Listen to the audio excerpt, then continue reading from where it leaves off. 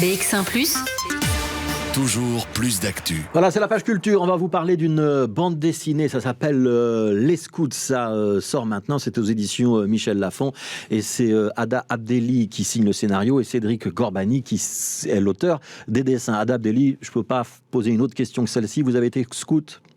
Évidemment, j'ai été scout, absolument. Ouais. Vous avez été scout une dizaine d'années, c'est ça ? Une dizaine d'années, j'ai commencé louveteau, je crois que j'ai fini chef.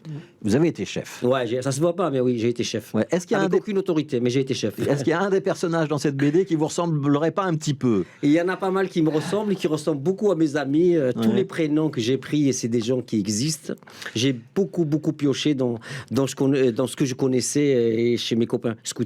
Alors, on entend à votre petit accent que vous êtes français, que vous venez de la région de Marseille. Pas du tout, j'habite Bruxelles. Voilà, et ceux qui nous regardent sont en train de se dire mais je connais ce visage. Oui, c'est vrai. Voilà, vous êtes évidemment le scénariste et un des personnages centraux de la série Vestiaire qu'on peut voir sur France Télévisions. Vestiaire, c'est un très gros succès.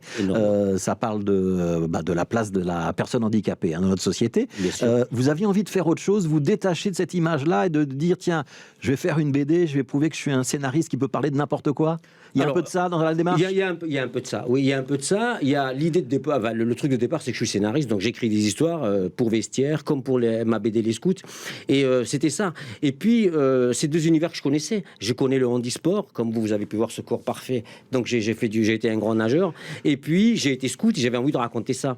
Et au-delà, la BD, c'est un truc. Voilà, j'ai été biberonné à ça. Moi, j'ai grandi à la BD, quoi. Ouais. Il y a quand même un des personnages qui vous ressemble beaucoup. Il se déplace avec une canne. Avec une canne, il a une toute petite canne. On raconte l'histoire, pour ceux qui ne la connaissent pas. Vous avez eu la polio quand vous étiez petit. Oui, tout à fait. Et vous vous déplacez toujours. Je me déplace avec des béquilles, mais bon, c'est un choix de vie. Après, voilà, les gens font ce qu'ils veulent. Moi, j'ai voulu, je déconne, mais oui, j'ai eu la polio à l'âge de 7 ans, oui, tout à fait. Alors, c'est une BD. Et c'est une BD, j'ai presque envie de vous dire, traditionnelle et presque franco-belge. C'est le plus beau compliment qu'on m'ait fait. On est sur des gags qui sont d'une ou deux pages. Oui. Ça, c'est le rythme que vous avez choisi. Il y a marqué un petit 1, ça veut dire qu'il y aura un petit 2. Je suis en train de finir le 2. Ouais, vous êtes parti sur une longue série. Il y a un moment dans la BD, il y a une référence au Schtroumpf. Oui. Et il y a la page de fin, je vais peut-être la montrer, avec un banquet. Pour ceux qui connaissent, oui. Qui nous fait quand même furieusement penser à une référence à Astérix. Est-ce que vous n'avez pas un peu la grosse tête et vous n'êtes pas en train de vous dire je suis en train de recréer la bande dessinée humoristique francophone ? Alors si c'était vrai, j'aurais les cheveux qui ont heureusement qu'elles sont atrophiées. Non, ce qu'il y a, c'est que je voulais... Vous savez, c'est exceptionnel. Je suis en Belgique et je parle BD. Je ne sais pas si vous réalisez, pour quelqu'un comme moi qui arrive de Marseille, qui avant Marseille était à Oran en Algérie, 40 ans après, je suis en Belgique, je parle de BD. C'est juste incroyable. Et saisir cette opportunité pour souligner, faire un clin d'œil à ceux que j'ai vraiment aimé, parce que, comme je vous l'ai dit, j'ai vraiment été biberonné, élevé à la BD belge. C'est quoi votre BD préférée ? Moi maintenant c'est Gueuluc. Il est belge. Voilà, c'était Tintin. Oui, les Français essayent de le piquer, mais il est belge. Il est bien belge. D'ailleurs, c'est un truc, c'est un reproche que je dois faire, c'est que les gens, par exemple, moi, je disais tout à l'heure à mon attaché de presse, mon comédien préféré, je trouve que il est exceptionnel, c'est Olivier Gourmet. J'ai appris il y a pas longtemps qu'il était belge, mais c'est pas assez dit. Il faut regarder les médias un peu plus sérieux que les médias français. Il faut qu'eux-mêmes disent je suis belge et je suis fier de l'être, c'est vraiment chouette, quoi. Ouais. Alors, le scoutisme, on parle quoi d'enfants qui ont entre... Là, ils ont entre 7 et 15 ans. Voilà, entre 11, 14, 15, on va dire c'est cette tranche-là. Ouais. Les anecdotes que vous rapportez, c'est des choses que vous avez vécues, dont vous avez entendu parler, ou c'est l'imagination libre du scénariste ? Il y a eu du vécu. Il y a eu de l'inspiration de vécu de copains et il y a eu des choses qui ont été évidemment inventées. Alors, par exemple, je parle souvent, il y a 2 ou 3 sketchs sur le totem qui n'existent plus aujourd'hui. Il y a 2 ou 3 choses qui n'existent plus vraiment au scoutisme. Il faut dire que j'ai été scout il y a une trentaine d'années. Est-ce qu'une journée à l'envers, ça existe ? Ça a eu existé, absolument. Ouais. On explique le principe ? Oui, c'est qu'on commence la matinée donc à l'envers. Donc on commence la matinée par le dîner. Par la veillée. Par la veillée, le dîner, le feu, etc. Et puis la journée avance. Et en fait, on finit par le petit déjeuner. Donc pas de veillée parce qu'on l'a faite le matin. Ouais, donc ça, vous avez fait ça étant scout ? Oui, j'ai fait ça quand j'étais scout. J'ai fait beaucoup de choses aussi. Vous avez fait du paddle, J'ai fait du paddle, oui. Vous avez construit des barrages ? J'ai fait des barrages, oui. Et j'ai connu alors dans un épisode, on a un peu fait ça, ce qu'on appelait les raids à l'époque. C'est-à-dire qu'on partait en autonomie, en groupe. Et vous avez fait le raid à la manière dont votre personnage le raconte ? Oui, oui, un verre pour 6, en boîte de nuit, etc. Ouais, donc Aller ça- quémander chez les commerçants. C'est-à-dire tout ce que les scouts n'avaient pas le droit de faire, vous l'aviez fait. Faire du stop, on l'a fait aussi. Ouais. Et parce que les gens adorent les scouts. Ouais. Et quand je faisais du stop, alors handicapé plus scout, je vous garantis que je ne restais pas une minute sur la... Tout le monde me prenait. Et puis surtout, quand on allait voir les gens en leur disant, voilà, on est scout, on doit survivre pendant 2 jours tout seul, par nos propres moyens, on sortait de là, on avait des sacs, des avez les c'était victuailles. incroyable. Ouais. Oui, exactement. Ouais. Alors le scoutisme, c'est quand même un mouvement qui n'a pas tout à fait la même connotation en France et en Belgique. En Belgique, c'est relativement répandu, Oui. mais en France, surtout il y a 20 ou 30 ans, c'était quand même associé à des mouvements proches de l'Église catholique. Absolument, oui. Ça s'est démocratisé. D'abord, c'est le scoutisme, c'est énormément ouvert en France, mais je pense dans le monde. Hein. Et aujourd'hui, on est un peu moins axé sur la religion, etc. On est, dans ma BD, d'ailleurs, l'idée, c'était de l'universalité. Ouais. C'est pour ça qu'on voit des personnages quand même avec. À l'époque, il y avait des garçons d'un côté, les filles de l'autre. Absolument, oui. C'est Oui. plus le cas aujourd'hui. Heureusement, parce que nous on a souffert quand même. Oui, effectivement, on n'était pas mixte à l'époque. Aujourd'hui, c'est mixte. Aujourd'hui, ils vont dans les quartiers sensibles à Marseille, par exemple. Ils vont dans des quartiers un peu sensibles et tout pour aller chercher les gens et créer quelque chose. Mais ce qui était extraordinaire, c'est juste ce qu'est le scoutisme en France comme en Belgique et dans le monde. C'est juste le vivre ensemble. En fait, c'est ça qui était chouette. Ouais. Et surtout de faire des choses ensemble. Pour apprécier la BD, il faut avoir été scout, il faut connaître un enfant qui a été scout, ou ça n'a rien à voir. Ça n'a rien à voir. C'est comme la BD, les profs et toutes les autres BD. Si vous aimez Gaston Lagaffe, il suffit pas d'être feignant et maladroit.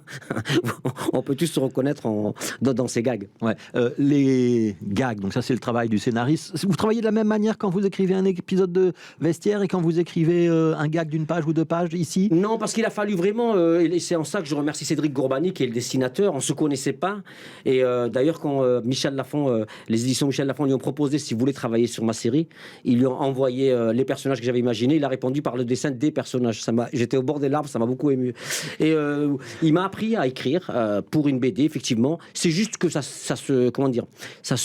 s'écrit pas pareil, mais la mécanique est la même, à savoir une histoire. Moi j'étais qu'on développe, assez une surpris, parce que vous êtes donc un homme de la parole. Oui, c'est vrai. Comme vous l'avez vu, je parle très peu. Et vous arrivez malgré tout à faire quelques gags qui tiennent en une planche ou 2 planches où il n'y a quasiment pas de texte. Oui. Mais parce que où le ressort humoristique, Marche. c'est la situation, c'est pas le texte. Oui, parce que c'est l'humour, ça a plusieurs manettes. On peut appuyer sur plusieurs manettes et c'est extraordinaire. Ouais. C'est beau ce que je viens de dire. C'est très j'ai bien. coupé court d'un coup. Très bien. Vestiaire, ça va continuer. Oui. Ou est-ce qu'avec la bande dessinée, vous changez, vous bifurquez? Non, pas du tout. Je continue à faire Vestiaire. C'est Vestiaire qui m'a fait. Donc vraiment, je suis très très heureux. On est en 11e saison. Vestiaire qui marche très très fort en Belgique. Chaque année, alors un peu moins là, parce que ça fait quand même 12 ans qu'on est là. Mais on a eu beaucoup de médias belges qui nous ont suivis. Et non, ça continue. On va écrire la saison 12, vous vous rendez compte? Ouais. Et j'espère autant pour les scouts.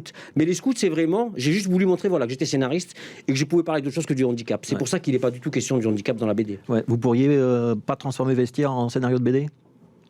On y a pensé, mais c'est vrai qu'on s'est dit qu'est-ce que on part sur autre chose, mais qu'est-ce que ça amènerait en fait? Parce qu'on a aussi imaginé faire un long métrage, mais l'idée c'est qu'est-ce que ça amènerait de plus? Et là on a une chance extraordinaire, c'est de pouvoir sur une saison amener tellement d'univers différents en 3 minutes. Tellement de sujets abordés que c'est une chance extraordinaire. Et en plus, on n'a vraiment aucune censure, ni rien, on fait ce qu'on veut, quoi. Oui, et vous amenez de la tolérance et un regard différent, et On ça, essaye. vous pouvez en être fier. Oui, ça, je suis très content de ça. Ouais. Ouais. Bah oui, avec Vestiaire, on a mis le handicap à la mode. J'espère qu'avec les scouts, je mettrai le scoutisme à la mode. Ouais. L'idée, c'est de renvoyer. Il a de l'avenir, le scoutisme, parce que ça commence par la jeunesse de Baden-Powell, hein, Oui, la première planche. oui, c'est ça. Ouais. Bah, qui est à l'origine du scoutisme. Est-ce que dans 50 ans ou 100 ans, on y aura encore des scouts? Vous pensez ça, J'en vous? suis sûr, j'en suis convaincu. Ouais. Oui, j'en suis sûr. Oui, c'est un mouvement qui va aller qu'en progressant. Oui, il y a tellement de valeurs. Je vous disais, le vivre ensemble, le fait d'être utile, de s'entraider, de vivre en groupe. Moi, par exemple, ça m'a beaucoup appris. J'ai été, quand je faisais de la compétition, j'étais en groupe. Quand j'ai fait Vestiaire, on est un groupe, on est 10, on part ensemble pendant 4 semaines. Vivre en groupe, c'est pas rien. Mais ça, je l'ai appris parce que tout petit, j'ai été dans le groupe dans les scouts. Voilà, donc l'apprentissage chez les scouts et chez les scouts, C'est les scouts. et c'est pas un scoop, et le retour de l'apprentissage, c'est de proposer des planches d'humour en parlant des scouts. Scout un jour, scout toujours. Toujours, absolument. Et il y a autant de scoutisme que de couleurs d'arc-en-ciel. Il y a pas la... Ouais. Tout le monde peut trouver sa place dans le scoutisme. Il y a plusieurs mouvements et Il y à a plusieurs l'intérieur de ces mouvements, il y a effectivement plusieurs manières de pratiquer. Merci beaucoup, Ada Merci à Abdelli. vous. Ça s'appelle Les Scouts, Paroles de Scouts. C'est le premier épisode. On a compris qu'il y en aurait un deuxième. Ouais. C'est aux éditions Michel Lafon. Absolument. Merci d'être passé dans ce studio et bon retour à Marseille. Merci. Saluez les Marseillais pour les Bruxellois. Merci d'être venu.